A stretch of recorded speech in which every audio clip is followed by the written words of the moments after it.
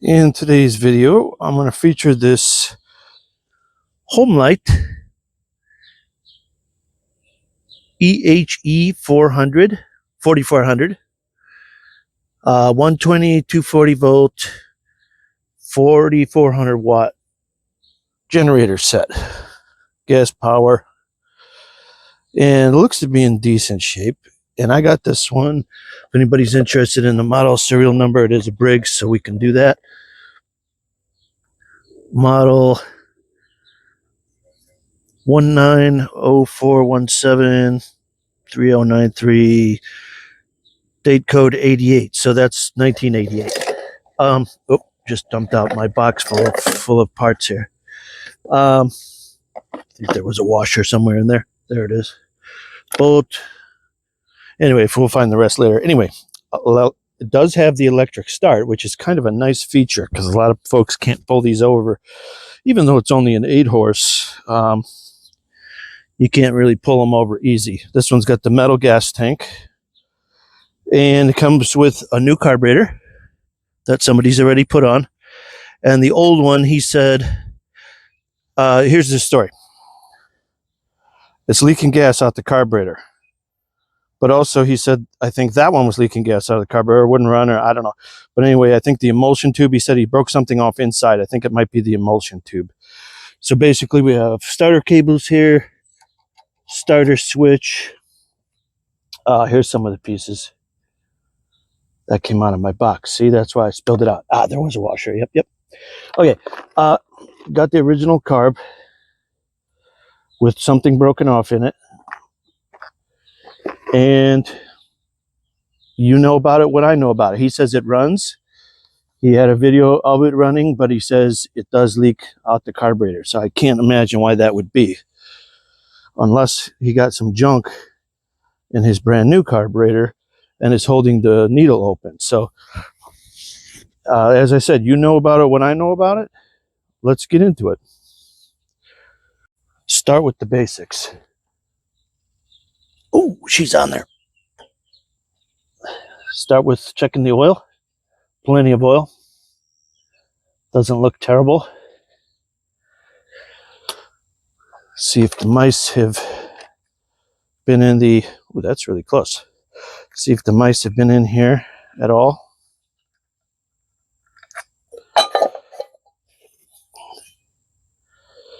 Okay, that filter isn't the best, but I think it'll run it.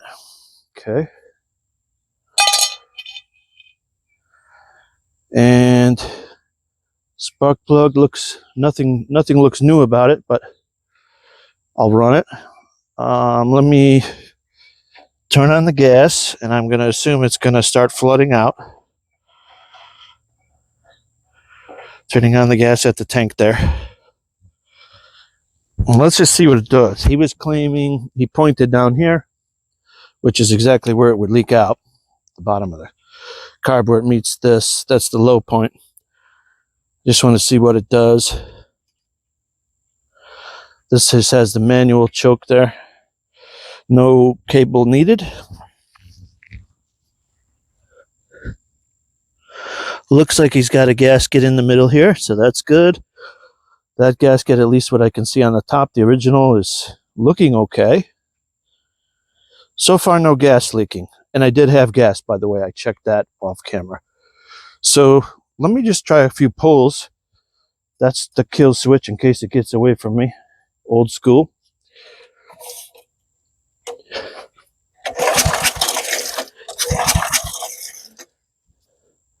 That sounds like a valve issue already, I'm telling you. I hear a chick, or a head gasket. I don't know which way's choke.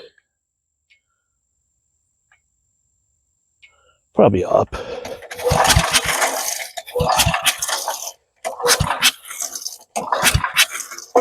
What is that whooshing noise?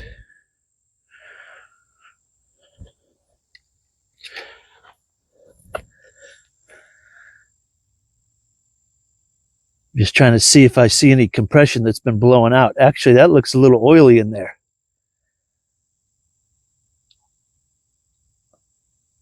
That looks a little oily. Here's where the head gasket would be, along this line. I'm hearing a shoo, shoo, shoo. I'm going to take this air filter off and see if I can see which way the choke really is. But I believe we got a blown head gasket, which could be a run problem for sure. If you haven't got the right compression. Can I see down in there? I sure can't. I just don't know which way's choke to try it. Well, being that we got the electric start, let's use that. I just want to see it run and see if I can feel compression. Actually, I'm looking on the tank now, and there's a black line.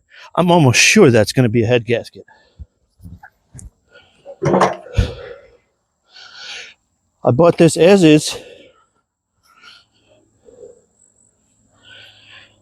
and he disclosed it wasn't perfect and what he had done to it, so he was honest with it, which is all I can ever ask out of somebody.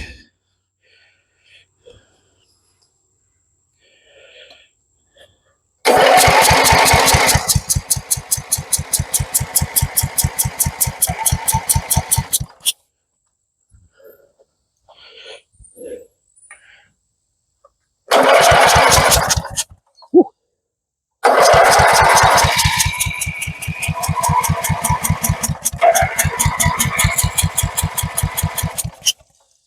Sounds like down his choke. Oh yeah, and there's his gas dripping. Let me get.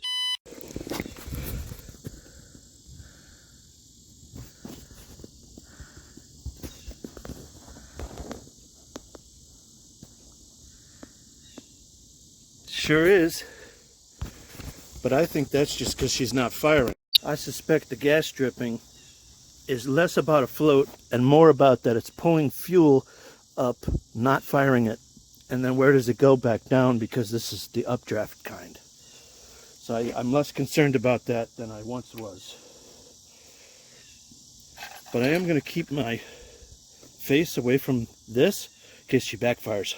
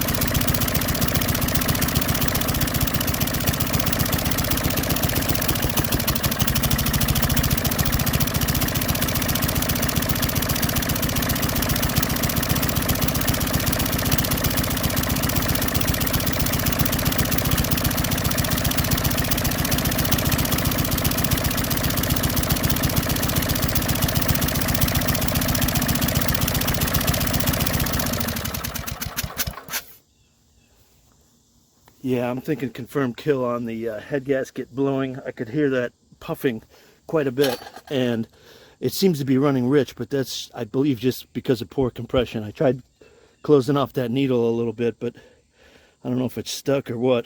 But I'm not so worried about the dripping anymore because that has stopped. I think it's just whenever it is cranking and not firing, the gas collects in there and has no place to go. If it was firing properly, I don't think it would be an issue, although we could have some crap underneath the needle and see if this fuel line had any junk in it. So I'm just going to go right for the head gasket. I'm almost sure that's what's going on here. I see, like I say, see some carb in there, some black blowing out the side, and that would make sense with it not being able to use all the fuel it's getting. So let's go for that. First I got to pull the recoil housing, then I'll pull the head bolts here. I'm pretty sure there's some of that head is underneath this recoil housing. she comes right off, so no biggie. Best part about these old American-made Briggs is ease of service for the most part.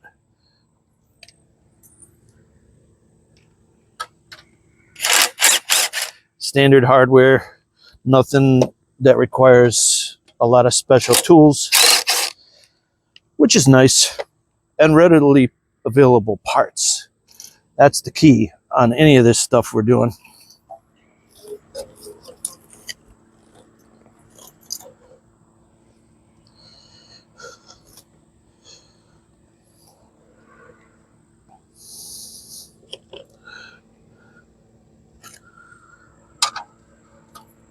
What size is that? Pretty small. Quarter? Gotta get this starter housing out. I think that's holding me up there. Oh, no, it's not. Or is it?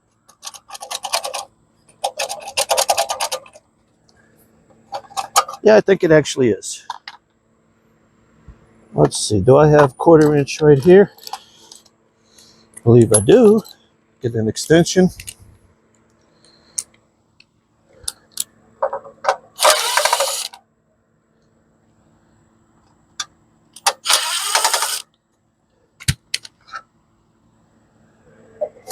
Nah, my cover comes off.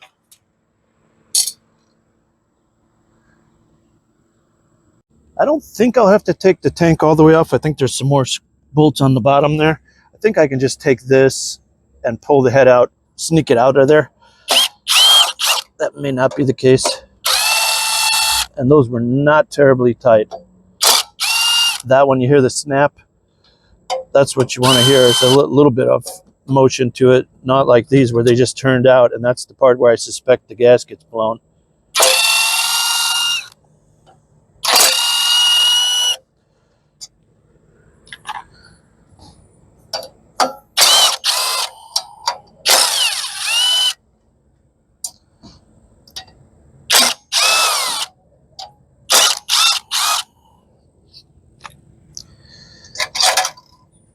They are not all the same size.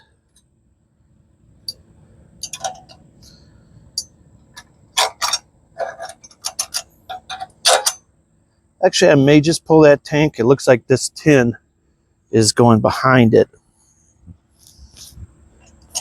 Shouldn't take much. Couple more. 1, 2. Need an extension.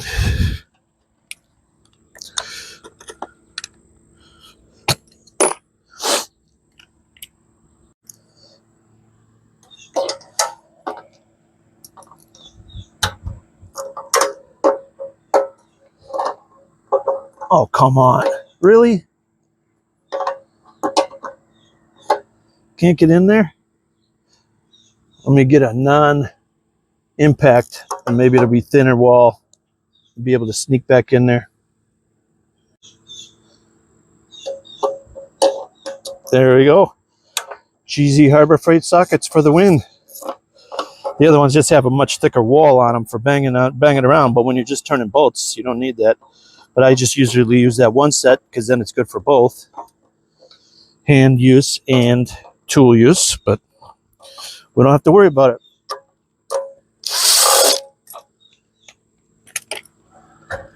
All right.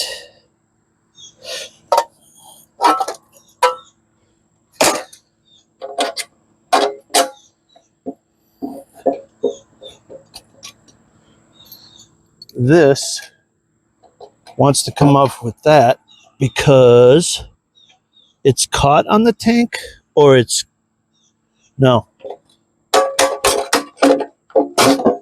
it's keyed onto the tank. This piece here goes into the tank strap. And I'll have to remember, I am almost out of gas, so if I have problems later starting it, you have to remind me. See the darkness here? I think here's where the head gasket's blown out, and that couldn't be the worst. Couldn't be a worse spot. Going at your tank and releasing the hot combustion gases, thereby possibly vapor locking your tank. Everybody used to blame vapor lock on anything that didn't run right. Well, it's a real thing if you have full exhaust heat coming out on your tank. So I'll give you that one. I'm going to leave these bolts right in there so I know which ones the long ones are. Doesn't look like this engine's been messed with, but this one is longer than the others, and also this one. So I'll just leave them right in there. Same thing here. And a confirmed kill, ladies and gentlemen. Let me zoom you in. So sometimes the head gasket blows, and you say, oh, I'm not sure if that was really blown or not. Are you seeing what I'm seeing? This thing's got an absolute channel through it. And you can see the combustion gases have been coming out for quite some time because it's actually built up there a little bit. So this hasn't had the proper compression. And again, the darkness of everything tells me is what I saw at first, but what I was really doing is hearing it. So we could see also it hasn't been burning very good. We don't have any brown. We have more of a blackish carbon look. That will clean up once it gets glowing hot again. I'll clean these up because I'm in here. But that would normally just burn clean again once you were to run it with good compression. But yeah, I mean, you could see daylight through that thing. That's terrible. Carbon track there. So thankfully, I think this thing might run again. Give you a look down the cylinder here. Put that down. Yeah, there's some lines there.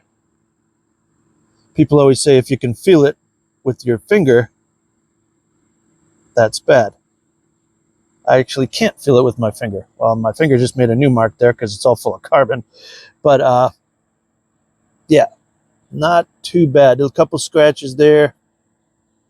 Nothing that it won't run. And the piston, I'm just looking at the gap around it. Bring it up. Rotate the engine a little bit there. No slop. So this one can run.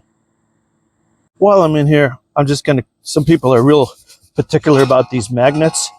The only time I've ever seen problems with them is if there's like crusty buildup and it's like you don't want it to rub there. Gap looks good. I'm just gonna clean up this whole thing real quick, and then I'm gonna clean up my valves, top of the piston, get this all prepped, and see if I can find a head gasket. Let's see about the bottom of the head. Somebody probably wants to see that. Again, just chock full of carbon. These are big chunks here. And we don't want the chunks of carbon, and the plug is all carboned up too. We don't want those chunks of carbon falling down in there. It may get expelled by the exhaust valve, but what you don't want is it to get in between, get to the rings there. And it's quite abrasive. Just want to inspect the starter gear teeth here. Looking good. Not tore up even a little bit. Just perfect.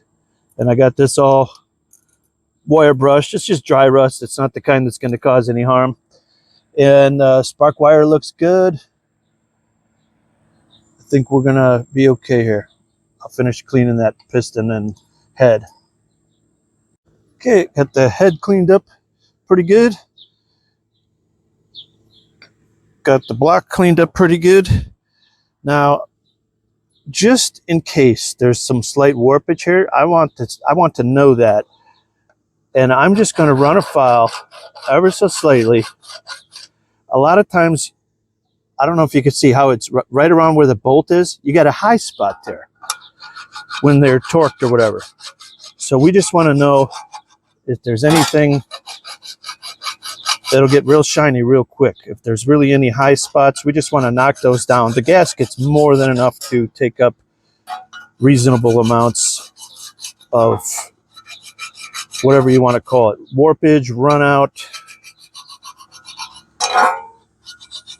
Just doing a little hillbilly machine shop in here. Just verifying that everything's reasonably flat. Just trying to identify any high spots. I don't suspect there will be any. That's just a quick way to go about it. Just to verify. Like I say, the only reason I really worry is a lot of times right where the bolt is, there'll be a high spot there. And we see several of those on this one. These are aluminum, believe it or not. This old, I can't believe that's aluminum. Usually you would think cast iron on the 1980s models. We'll just give the old brake clean, carb clean, whatever you got.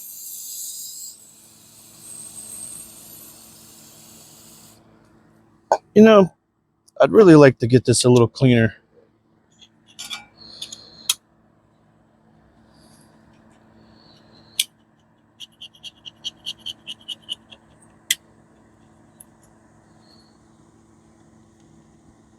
It's just barely there, but it's more of a discoloration than I guess actual carbon. But I just want to get metal on metal clamping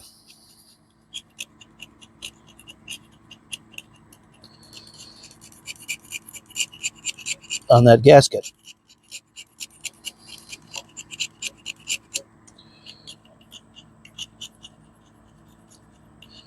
I think it's time for a new blade. And they're all the way over there. Let's suffer.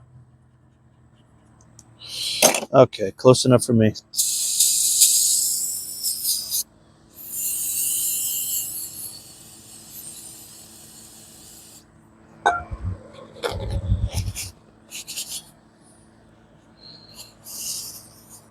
Get as much of that little carbon out as we can.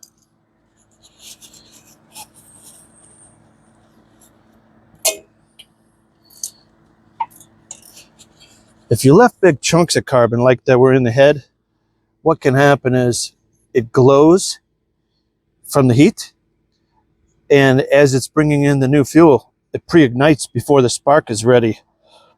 So that's not a good thing. That can damage your engine pre-ignition, so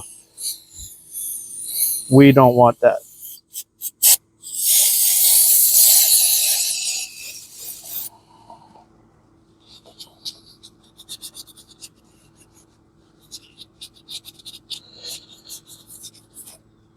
Okay, and OEM in stock. This particular engine uses a 272163S.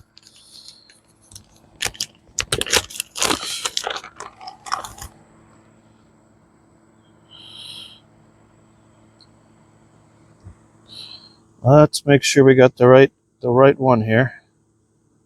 Yeah. Woohoo! Lucky day.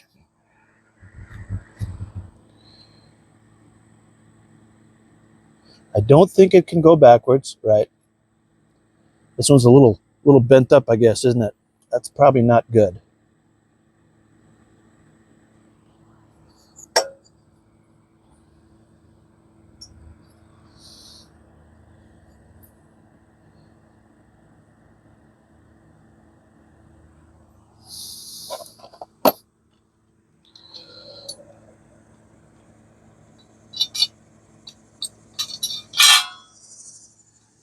And if you're wondering if you did lose all your bolts out of there, obviously the taller boss, taller bolt, shorter one, shorter bolt.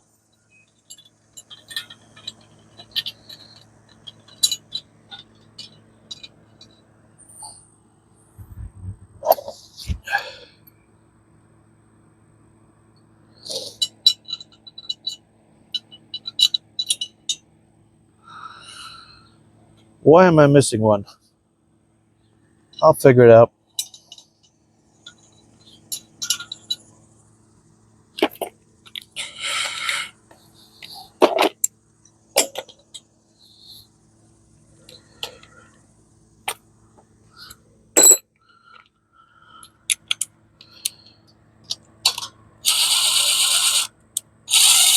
That one doesn't go there. That's why. Because I got to put the tank here.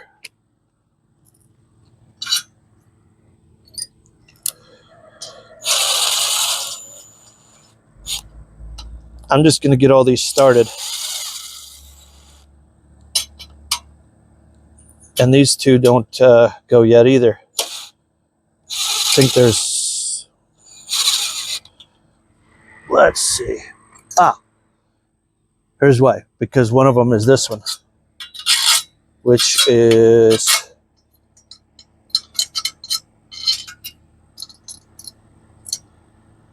yeah, that would make sense. Then this one and this one will go there. All right.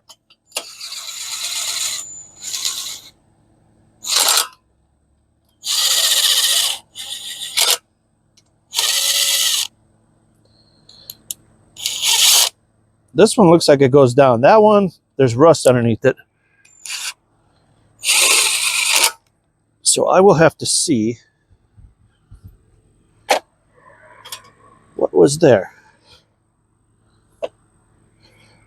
Nope, both of those front ones don't go direct. Oh yes, they do. They go here. Okay, my bad. Getting confused. Just looks like there was something there, but I'll figure it out here in a minute. I'm sure somebody's yelling at me already.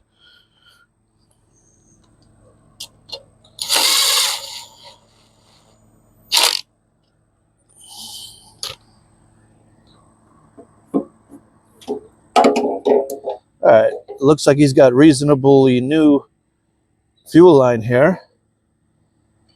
Fuel screen is heading in the right direction, so that's good. I'm not going to call that a filter because it is a screen.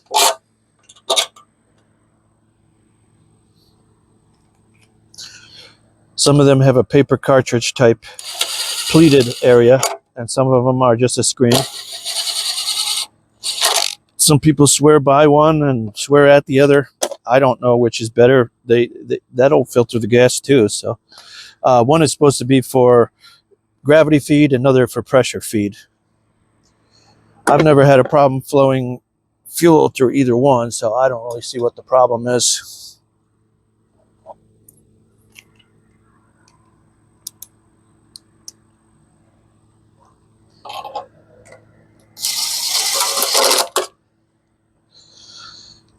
I'm just putting these in. These aren't necessary for now, but to line everything up.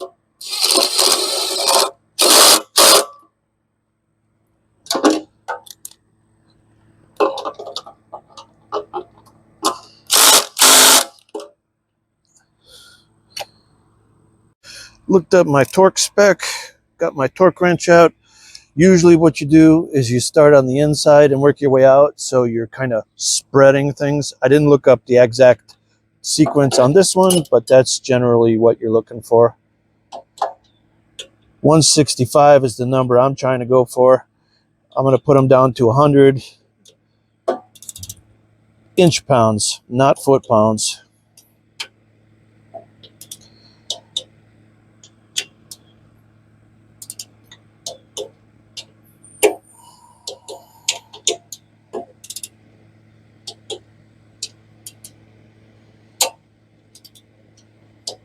Did I get this one already?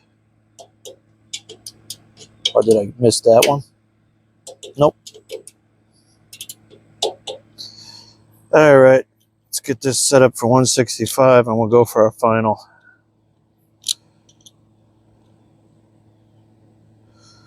One.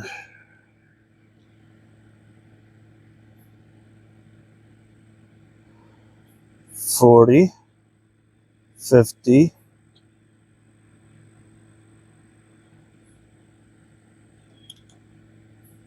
all right.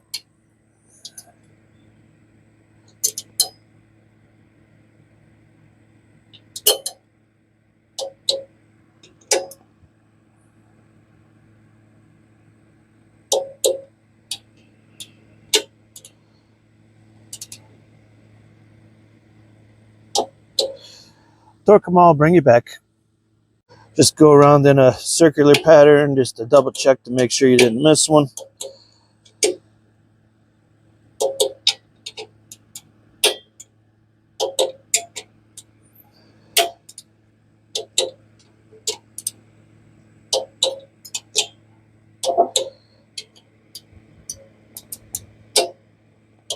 All right, we're good. We're torqued.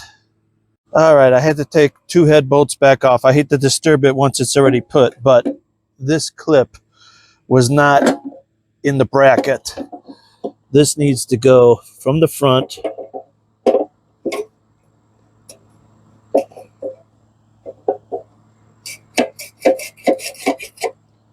There we go.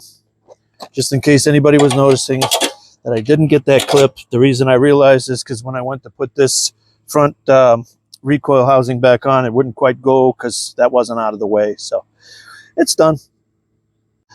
I won't have a link to this tool, but if anybody's wondering what this is, that has inch pounds, and of course it's also rated in Newton meters. This one's Westward. It's from Granger, and it's the click type, which is nice because if you don't want to keep looking at your gauge, you know, there's many different types, but as far as the manual ones, you got the ones with the beam that kind of just deflects the needle, and you got these that kind of cam over.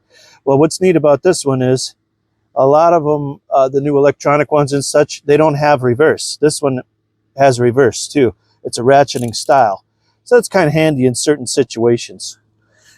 Certain features are better than others depending on what you're using yours for. We got a brand new Briggs and Stratton spark plug, RJ19LM, or this one happens to be 796112 from Briggs.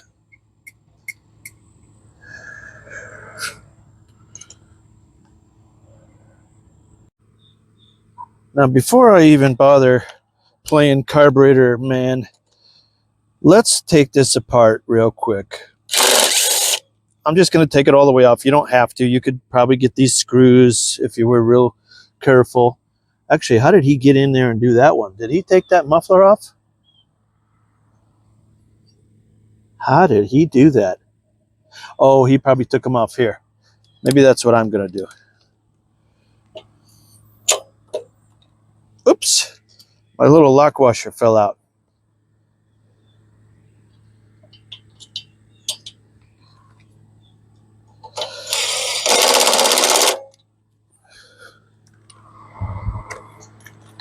Let me get a bit here. I'm going to pull that whole thing.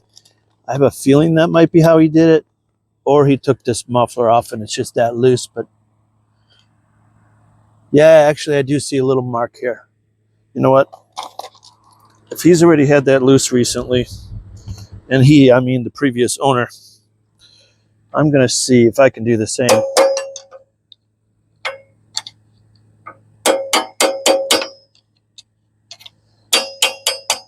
Yeah. Okay, he had it out. I've had some of these where you're not getting them out. The aluminum reacts with the, oh, look at the carbon that's been blowing through that engine. Really bad. Okay.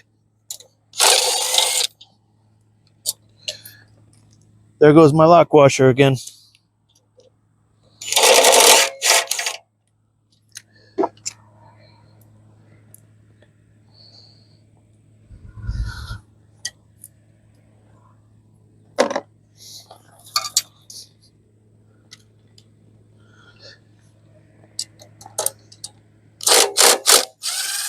I just want to check the float, make sure there's no crap in the bottom of that thing.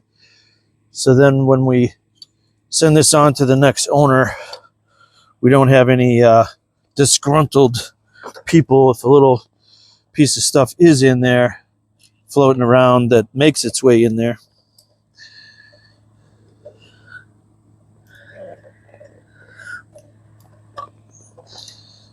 Many people don't know how to open up a carburetor and clean it, and we can't blame them.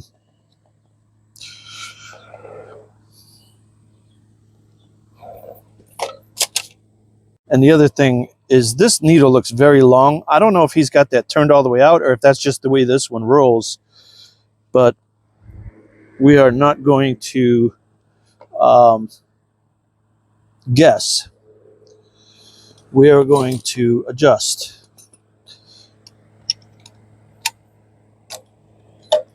Let me take this out, and I think I know, I'm remembering now about these carburetors. I haven't done these in a long time.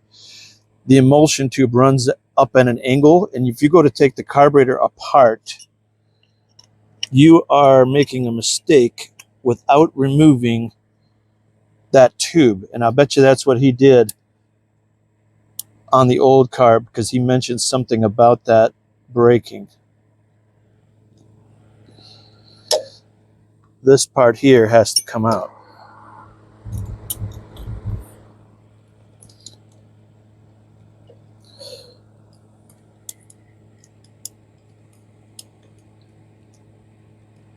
Something feels a little weird here.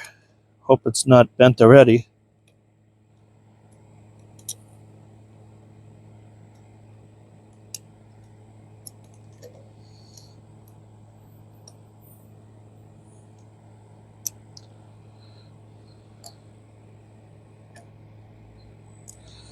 Should be a long tube here. There you go. And that's what you break off. And it wants to break because it has little holes here where the fuel comes out, and it's kind of fragile because of that.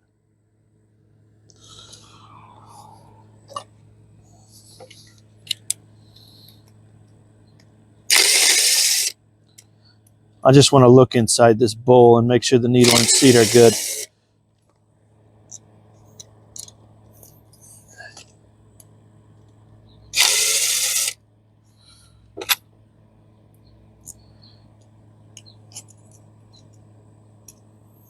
And that fuel does look a little cloudy to me, so there may be some water. I'm going to drain his gas fully before I go to actually use it again. But my concern would be anything caught in the needle and seat assembly that's allowing it to flow gas when it shouldn't be.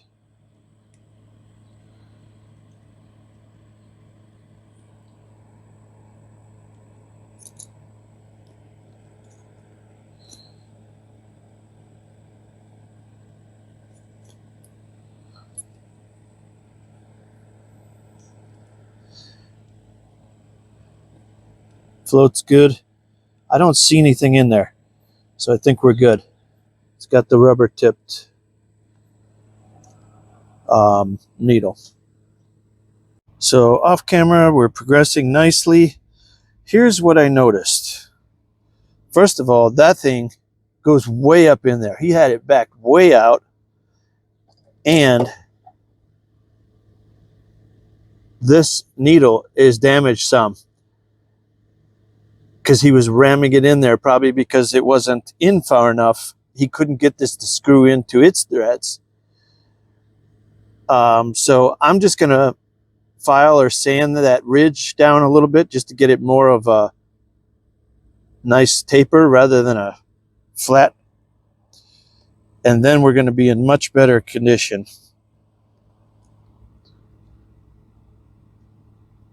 And I was looking at the original one. See how it's got a nice good taper, but it's way, way shorter than the one we need. All right, just doing some assembly off camera there, and I noticed one thing. As I go to put this back in, that's full throttle.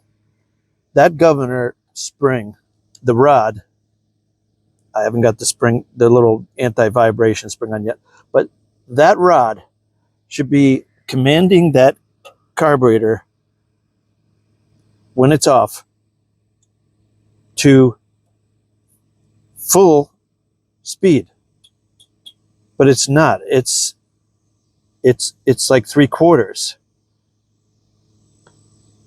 So there will have to be some adjusting done on the governor to make this thing be able to give its full power, because if it's not able to open that all the way, once you start bogging the generator, it may need to open that much. I don't know, but it may need to open full throttle at a full load of 4,400 watts. And if that's the case, you'll start losing RPM because it won't be able to give full throttle. So we'll have to do some adjusting possibly on that. We'll have to see how that works out, but just things I noticed during reassembly. Got the carburetor back on, put the muffler on, and I got this working perfectly now. The rod, the little Z bend, was a little buggered up. That's all it was. Now it returns how it should. It should go to full, it should be at full throttle, and then the governor should bring it back to slower conditions. The other thing I saw was this wire, the ground wire for the battery. There's no washer here, and the nut is trying to clamp that to the body, which probably will give a poor connection. So let's give that a nut or a washer so that we're not spinning on the actual electrical terminal. And that one's not quite big enough. Rats. Okay, bring it back. Let's try that again. Oh yeah, much better.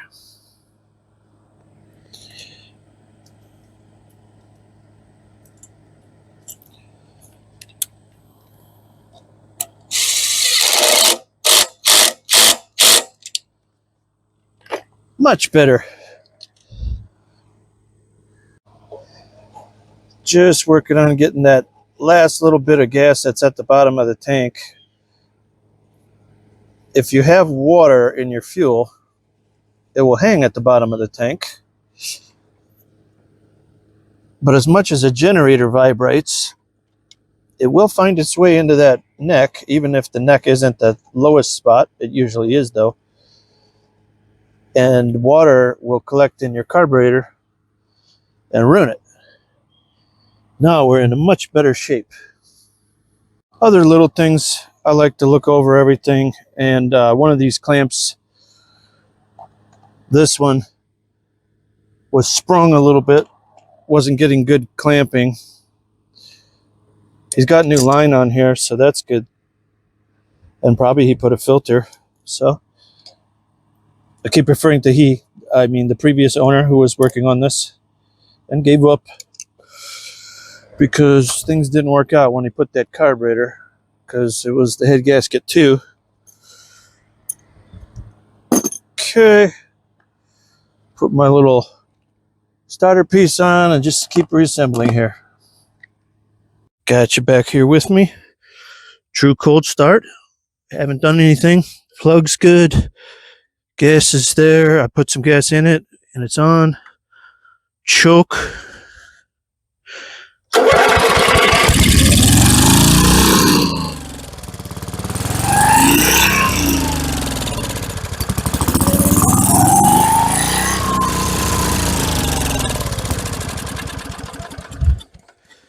She likes choke, so I'm guessing my adjustments are bad. I just put those 1.5 turns out each and just guessed at where the settings should be, because it's an aftermarket carburetor and it's probably not going to be just like the factory.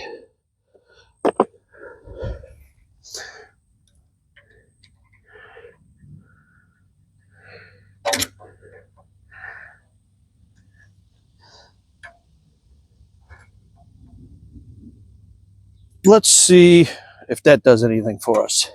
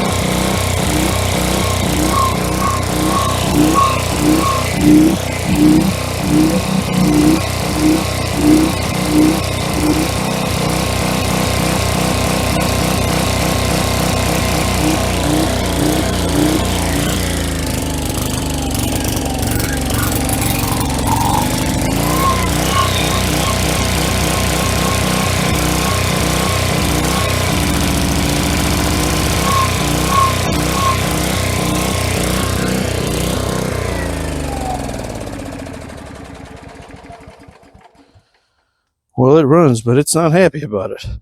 We need to do some dialing in on that carburetor, and it is hunting. It is all over the place. So let me do that off camera. It's just a matter of trying the high speed, trying the low speed. On a generator, you mostly just need the high speed adjusted properly, but for some reason, it's not easy to tune. So I won't waste your time. I will bring you back when I get it closer to running. Okay, I've been out here trying to tune this thing, and I cannot get it to tune, which I even put the air filter back on to see if it needed the restriction. It acts like it's getting too much gas. Then a second later, it's not getting enough gas. I'm wondering if, and that thing's plenty hot now, if we have a fuel flow restriction, maybe that filter screen is jacked up, and maybe that carburetor isn't getting filled. No, we have an okay flow. Or was there a bunch of water in that hose yet from that old gas? Unknown. Start with the simple stuff first.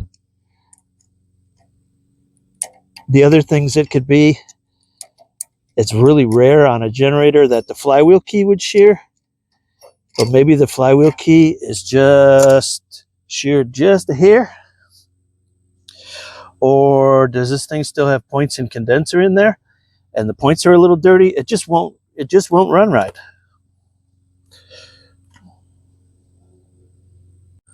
I got it running decent. It's still not 100%.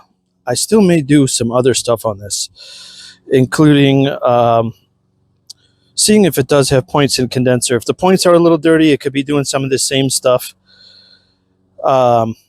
I drained the fuel hose out. I think there might have been some water still remaining in there because it was seeming like it was running out of gas, even though I was running it. And I checked the gas cap to make sure that that hole blows through to the inside. There's a tiny hole in the center there. And it does, because that can be another thing, fuel starvation.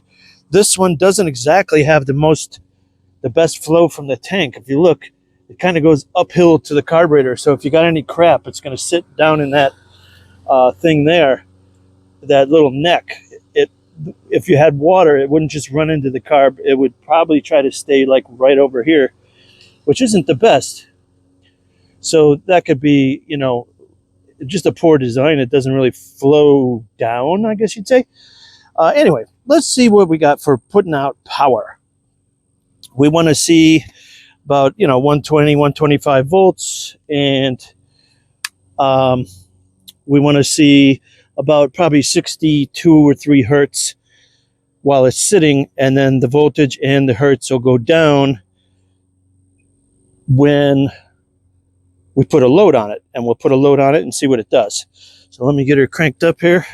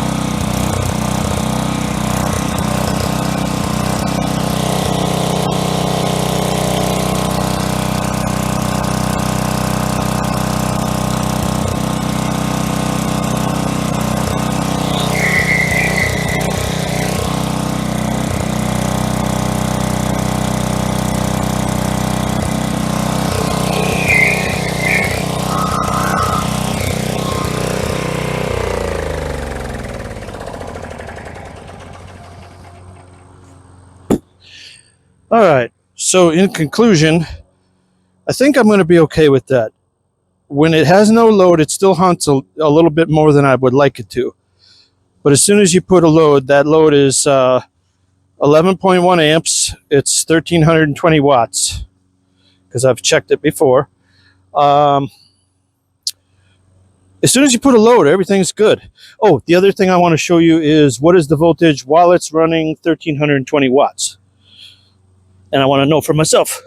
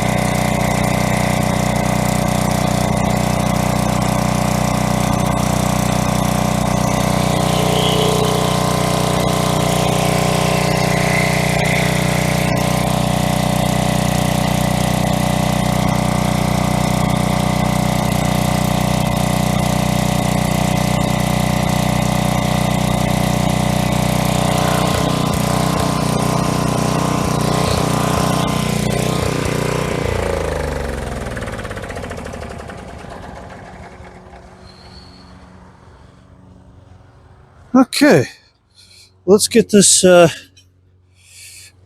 cover back on.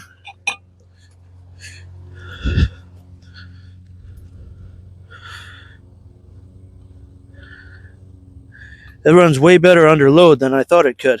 I slowed that engine down just a little bit. About half load, you should see 60 hertz. You should be above it when you have no load. When you got about half load, you should be right about 60, and then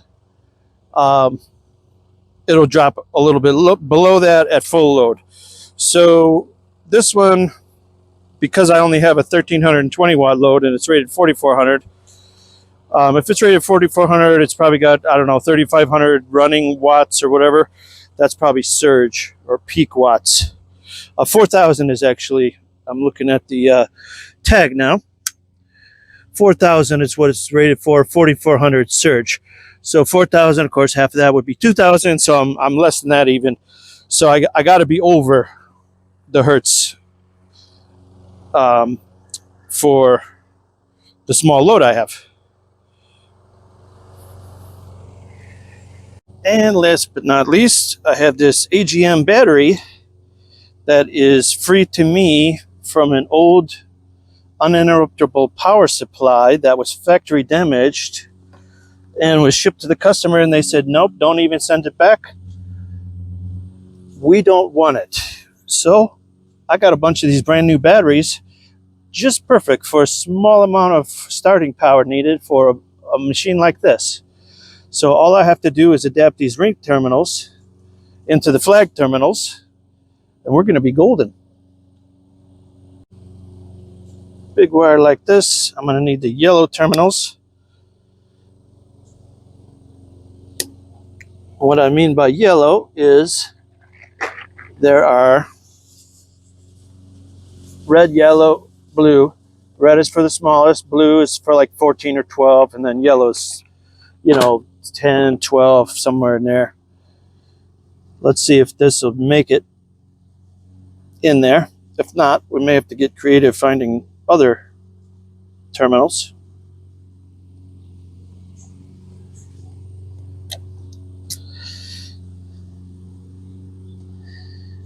Kind of. Oh yeah, it'll make it.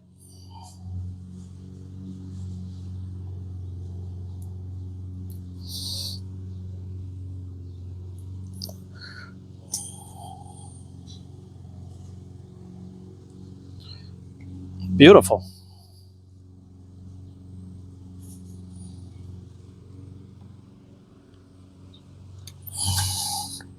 Now we don't have to worry about waterproofing because technically this shouldn't be left out like a vehicle, but let's just shrink these on there just because it'll help hold the terminal too. People tend to pull them by the wires.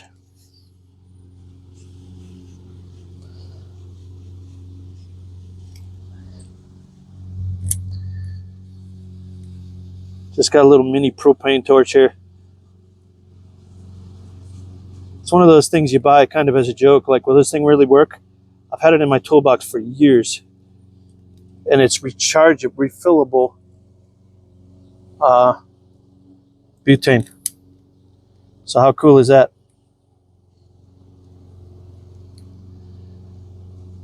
As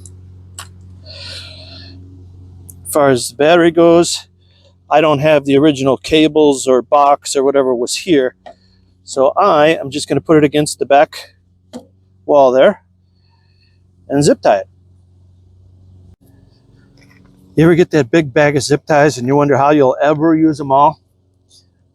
I'm at that point. That's all I got left. Never thought I'd see the day. Technically, I should have longer zip ties, but I'm going to just make them longer by going end to end.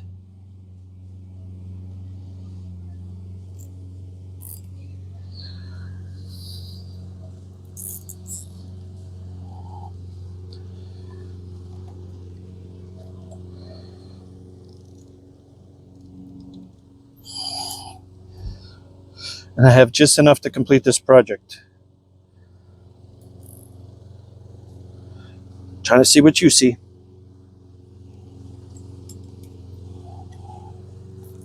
I'm gonna put the other one right through here. There's two little natural grooves.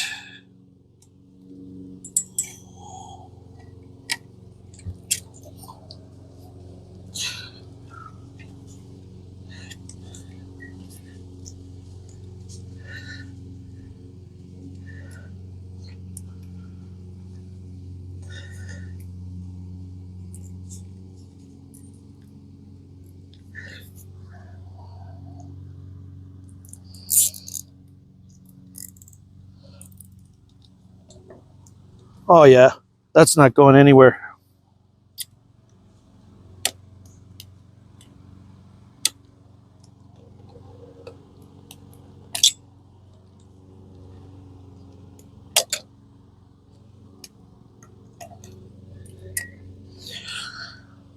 Cut the tabs off, bring it back. Now we'll just see if that little weenie battery can start an 8-horse Briggs.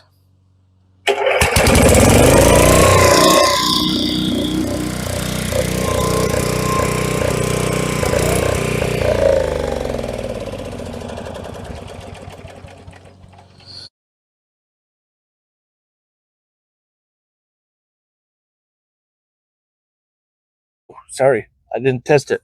Again, gas is off, but let's just make sure it turns over. You can look right in there. Oh yeah, she's got all the cranking speed it needs. Perfect.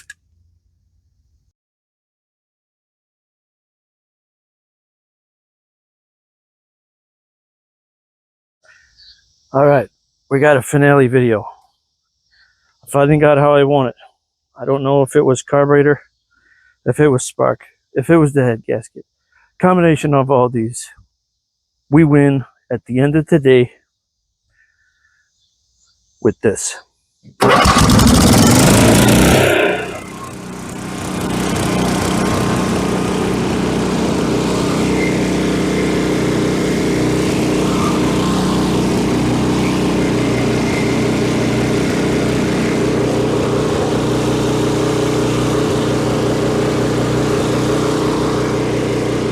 121 volts, 60 hertz, that's what we're looking for. Let's put a load on it.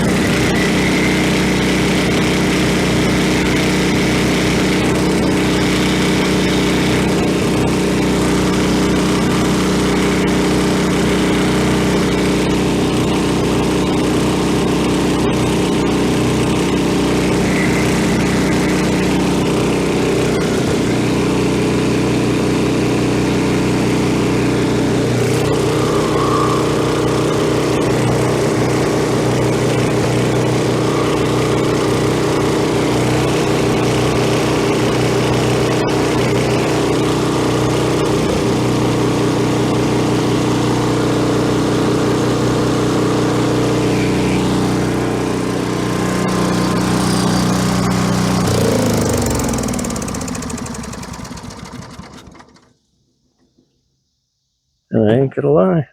That was one of the most difficult to tune machines I've ever seen. Just don't know what the smoking gun would have been if I would have only gone for one of the things to fix. Anyway, if you made it through, I did, and I appreciate it. I hereby declare that 1980s generator Wildwood certified. Thanks for watching.